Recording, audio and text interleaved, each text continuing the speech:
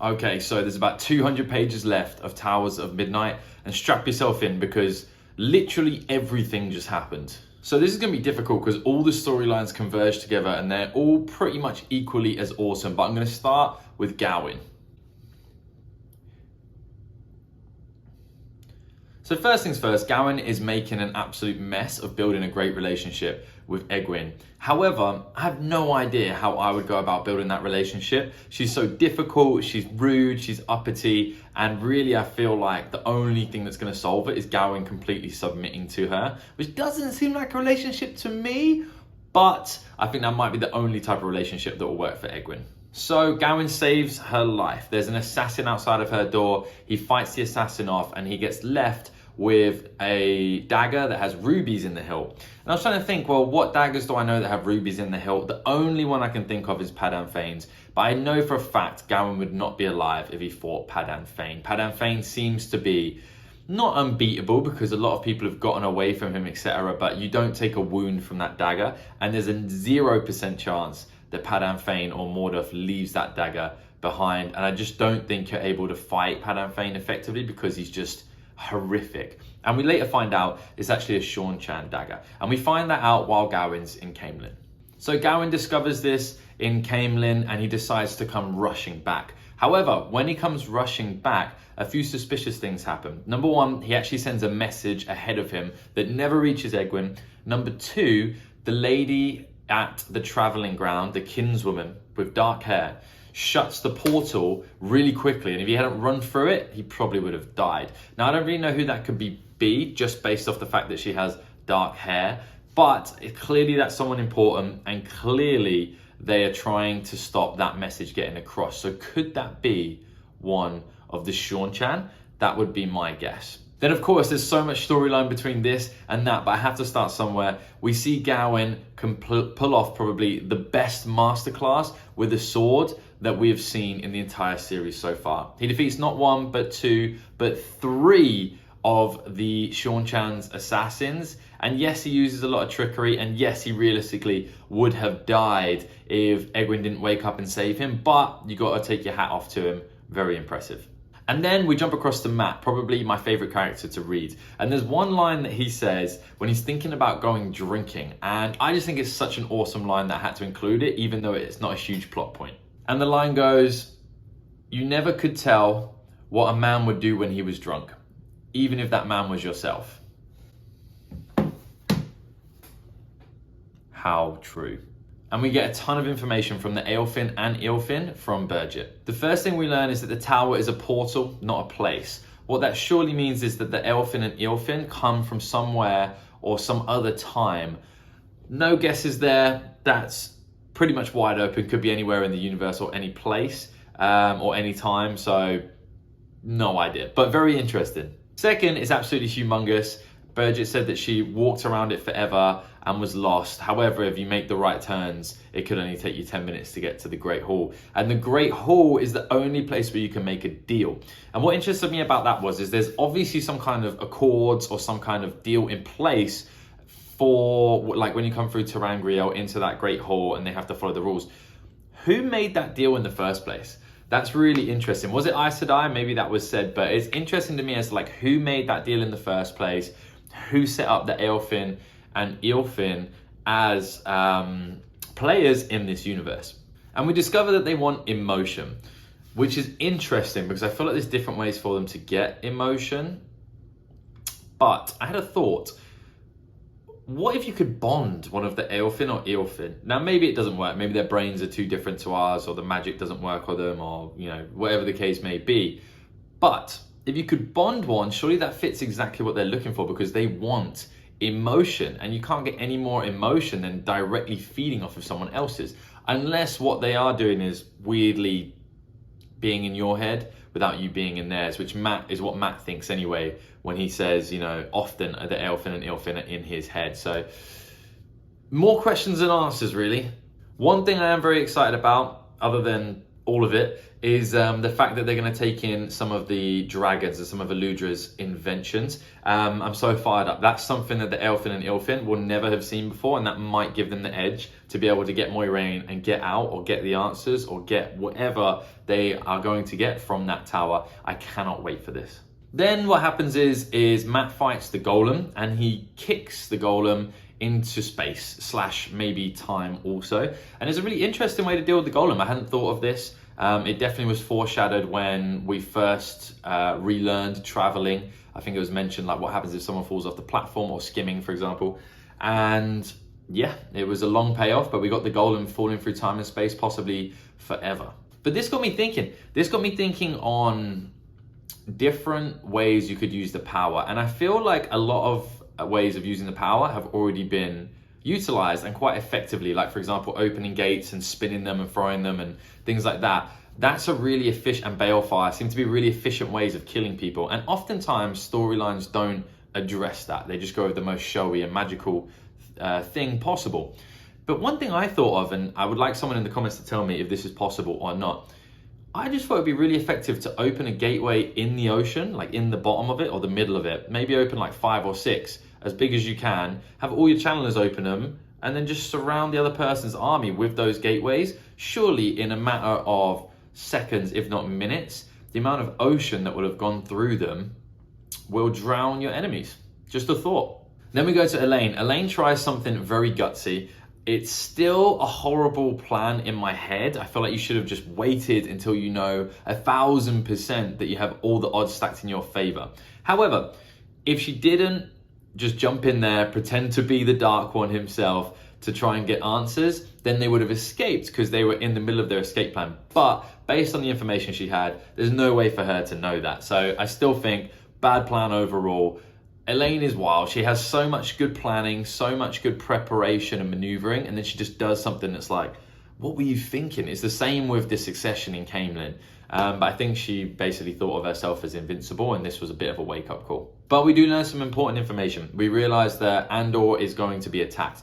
The only thing I think makes sense is, and this definitely ties into the woman, the kinswoman who doesn't take Gawyn's message, but I think maybe the Black Tower is going to be involved, but also possibly the Sean Chan as well. Maybe they are coming to Andor. Maybe that's going to be their next attempt at a conquest, because we haven't heard much from them since the meeting between Rand and Tuon that went horribly for Rand, because he was absolutely mental at the time. So Rand returns to Bandar Iban, and he puts things right. He creates food where there was only ruin beforehand, and that makes me feel good. We definitely have a awesome version of Rand now. And then at the end of Iturralde's storyline, which is an amazing storyline, by the way. I absolutely have so much respect for Iturralde. I feel like he proved himself as the greatest captain. He had a great opportunity though, but as the greatest captain that I've seen so far, bar maybe Matt when he defeated Couladin during that period of time, because he only had a few soldiers, not that many. But he had the best opportunity, and boy did he take it. He absolutely destroyed so many of the Midral, of the Trollocs, and of the other Dark Friends who were there as well. So hats off to Iturralde. And he's rewarded. Not only does Rand eventually come and stop them having to fight an immeasurable amount of evil, and Rand puts on a display, surely the greatest display of the one power that we've seen so far in an offensive mode. I think probably cleansing Saidin was more impressive. But yeah, we see Rand go absolute god mode, and then we also see Iturralde reunited with his king, which was like a nice thank you and putting things right from Rand as well. Now we move into one of the coolest sequences that I think we're ever going to get. And that is obviously Perrin. Now, one side note, it's clear that Berylyn and Galad are going to form a little romance together. We also get the reveal for Morghese, which is massively underwhelming. I thought everyone was going to be shocked, surprised, in awe, but they weren't. No one really cared that much, if I'm honest. I suppose the big reunification is going to be between Elayne and Morghese, so we've still got that on the table, but yeah, I just feel like the payoff for that wasn't very good. And then we get a trial, which I thought was going to be quite exciting. If Jordan had written the trial, I think it would have lasted about 10 chapters and it would have been very intricate, but it wasn't. It was Sanderson and it was short and to the point, and I was a little bit disappointed until everything that happened next. Slayer reappears. Now, Slayer is like a weird combination between Lord Luck and someone obviously related to Lan. And it becomes apparent that the Lan version is in like Tel'aran'rhiod and mainly at night, I believe. And then the Lord Luck is like the day version. I'm sure I'm going to get like a proper explanation of that, hopefully. But that was interesting. Based on that, I feel like Lan or Perrin are the only two who should really be able to kill Slayer. Because that's the only way it would be quite poetic. Perrin because of the history he has with him, and I think that would be better. Or Lan because clearly there's some kind of relationship. I got to thinking, I was like, maybe it's like someone who is responsible for the downfall of Malkieri. You have to forgive me for the pronunciation there. But yeah, maybe it's someone who is responsible for the downfall of Malkieri. If that was the case, then obviously Lan killing them in the final battle would be awesome. But that would have to be in, the regular world, and I don't think Lan can go to Tel'aran'rhiod. But the version that is related to him is only in Tel'aran'rhiod, so maybe it should be Perrin. And then we see Rand's transformation through Perrin's eyes. Loads of fun. We already knew what happened, and we already know from Nynaeve's looking in at his brain about the black and darkness taking over and then the light shining through, but it's very cool to see it from a different perspective. And I also feel like Perrin seeing that is going to be useful in their later interactions together, because I think it's just going to explain a lot. They're linked together, but I feel like him seeing that means he's going to understand Rand, their bond's going to be deeper, and maybe Perrin will be really useful in that conversation they're going to have at some point about him destroying the Dark One's seals. Maybe Perrin will come through and be like, no, this is the right thing, this is what I saw, this is who we have now. And then we get one of the coolest scenes ever. We get Perrin and the wolves battling in the Dream Spike against Slayer. Slayer kills a lot of wolves, but then Perrin grabs the spike and heads to Tar Valon. And then we get a big mishmash and interaction between 3 different storylines. Gawyn's, which I've already concluded, Egwene's, which I'm going to get onto, and then Perrin's. And we see another death. We see the death of Hopper. Again, I can't believe it. I have to read Hopper's death twice. And I just want to say, during the battle in Tel'aran'rhiod, in Tar Valon, Perrin kind of teaches Egwene, reminds her, in fact, of the ability of using your mind and belief in Tel'aran'rhiod and how much more powerful it is than just simply weaves. And also the speed at which Hopper is able to train Perrin, and although Perrin does have like wolf-like abilities, obviously that speeds things up. But that reminder from Perrin also is the catalyst for Egwene to defeat Missana as well. So I'm going to go out on a limb and say that Hopper is the greatest teacher of Tel'aran'rhiod that we will see, or that we will ever see, that we have seen, or that we will ever see from this series. And I just think he is an absolute MVP for that. Unbelievable. R.I.P. my boy Hopper. And it's such a fun battle. Slayer doesn't die in the end, which is so frustrating, but I'm sure we just see him later on in the book, probably at the final battle. And this battle in Tel'aran'rhiod far eclipses Rand and Ravin, and I think it's Morgidian and Nynaeve around book like 7 maybe, or 6. Just because everything that happens in that battle I just mentioned happens in this one, plus like 100 extra things. So this was awesome. Once we've realized that Perrin's not going to defeat Slayer, and that Slayer manages to get away, although it's definitely a clear victory for Perrin, minus obviously all of his powers of the wolves dying as well. We get a cutscene to Grendel.